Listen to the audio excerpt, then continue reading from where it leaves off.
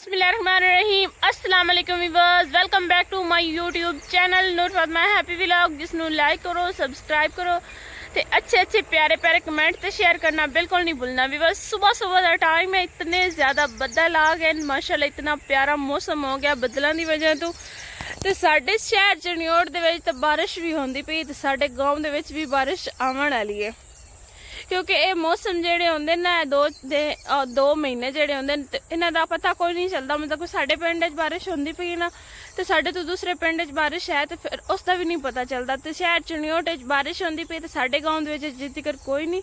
ते बदल जेडे ना माशाल्लाह इतने ज्यादा ना सुबह का टाइम इतना खूबसूरत मौसम बनया खला है। बदल मैं थानू चेक करा देनी कितने प्यारे लगते पे।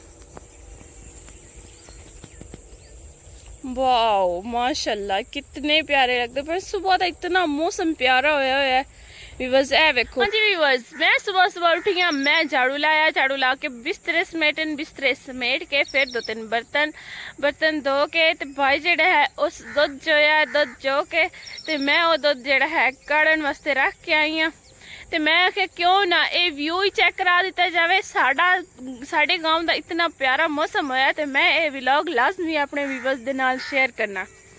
ते व्यूअर्स व्यूअर्स मेरा जेड़ा मुंह है ना वो पता नहीं की है, गर्मी है कितनी ज्यादा है तो मेरा मुंह फुल गया सारा। मैं गल भी करती पई तो मेरे मुंह नूं जेड़ा है ना दर्द होंदा पिया।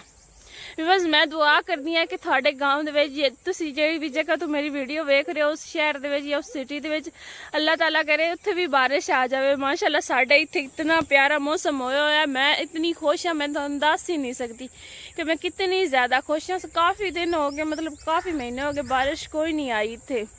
व्यूअर्स मैं अज धोने हैं कपड़े ते हुण मौसम खराब हो गया, बारिश वाला मौसम बन गया ते हुण कित्थे धोते जाने। तो साढ़े जेडे कपड़े ना इतनी जल्दी गंदे हो जाते हैं, बहुत ज़्यादा जल्दी साढ़े नाल फास्ट जल्दी आते हैं हबील अमन के कपड़े, क्योंकि वो मैं 2 दिन ना धोवा ना तो वो जेडे कपड़े सारे उहदे खत्म हो जाते हैं। क्योंकि एक दिन बच्चा है उसते एक दिन दे विच पता नहीं कितने कपड़े चेंज हो जाते हैं। थोड़ी देर तो बाद जाता मिट्टी विच खराब करके आ जाता, थोड़ी देर तो बाद मैं तो बाजी सारे दिन उसके कपड़े ही चेंज कराई रखते हैं। तो एक दिन 2 बारी वो कपड़े धोंदे हैं, इतनी जल्दी खराब कर लेंदा है।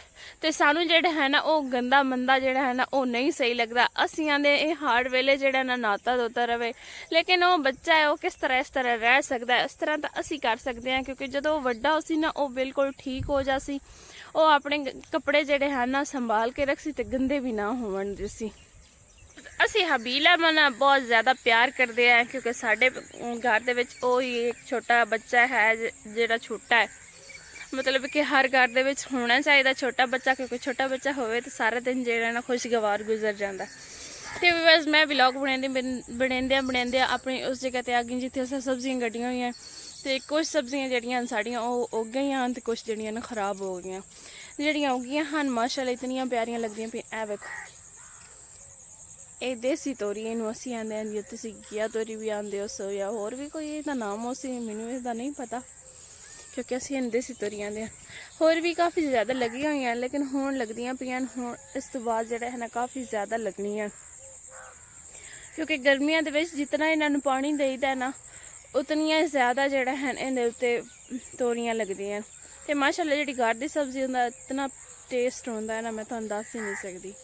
हाँ जी व्यूअर्स, मैं किसी पहले व्लॉग दे विच दस्सिया है अमरूद उत्ते जेड़े है ना बूर लगो है। और बूर जेड़ा है वेखो अमरूद की शक्ल लै ली उस, माशाल्लाह इतने बड़े बड़े होए खले। ये असा नर्सरी दे विचों पौधा लैके आया से ते जो पौधा लैके आया से ना छोटा जिहा उस उत्ते अमरूद लगे हुए हैं, मतलब कि सदाबहार अमरूद है, हर मौसम दे विच इस ते अमरूद मिल जाते।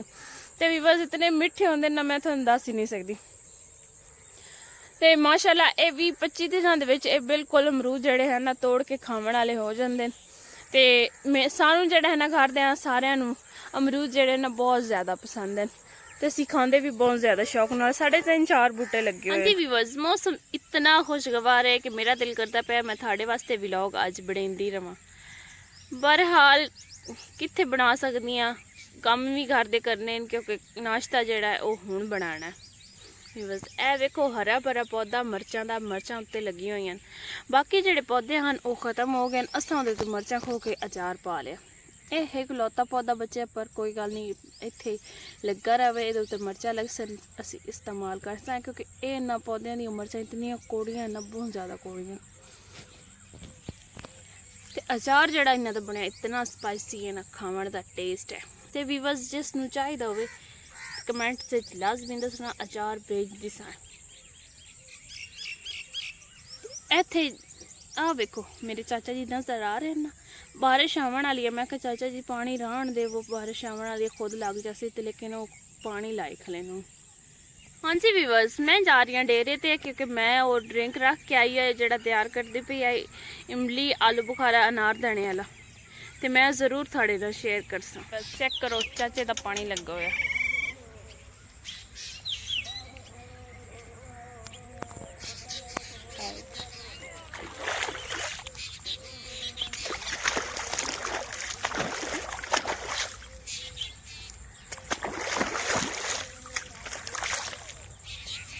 कितना ठंडा ठंडा पानी है माशाल्लाह, मौसम ठंडा, पानी ठंडा, वाह आई तो हमारे मज़े।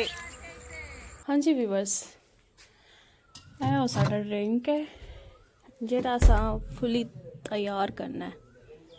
ਇਹ ਵੇਖੋ ਇਮਲੀ ਆਲੂ ਬੁਖਾਰਾ ਅਨਾਰਦਾਣਾ।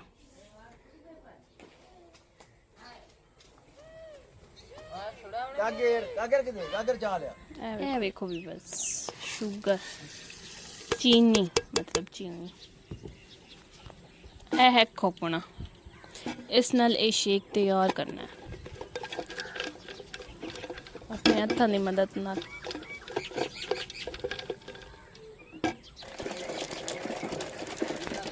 व्यूअर्स ਇਹ ਇਸ ਖੋਪੜੇ ਦੇ ਜ਼ਰੀਏ ਜਿਹੜਾ ਹੈ ਨਾ ਤਿਆਰ ਹੁੰਦਾ, ਤੇ ਕਾਫੀ ਟਾਈਮ ਲੱਗ ਜਾਂਦਾ ਹੈ।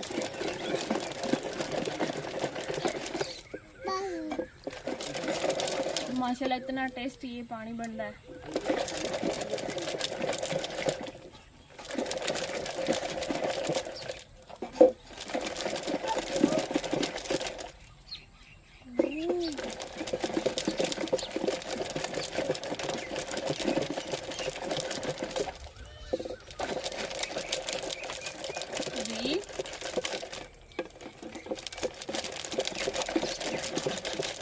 हाँ जी मेरे प्यारे व्यूअर्स, अज का साडा व्लॉग कंप्लीट हो गया है। हुण मैनूं दिओ इजाजत, कमेंट से लाजमी दस देवे थानू मेरा व्लॉग किस तरह का लगा। तो व्यूअर्स सुबह मुलाकात होसी एक नवे व्लॉग दे नाल, नवे तरीके दे नाल।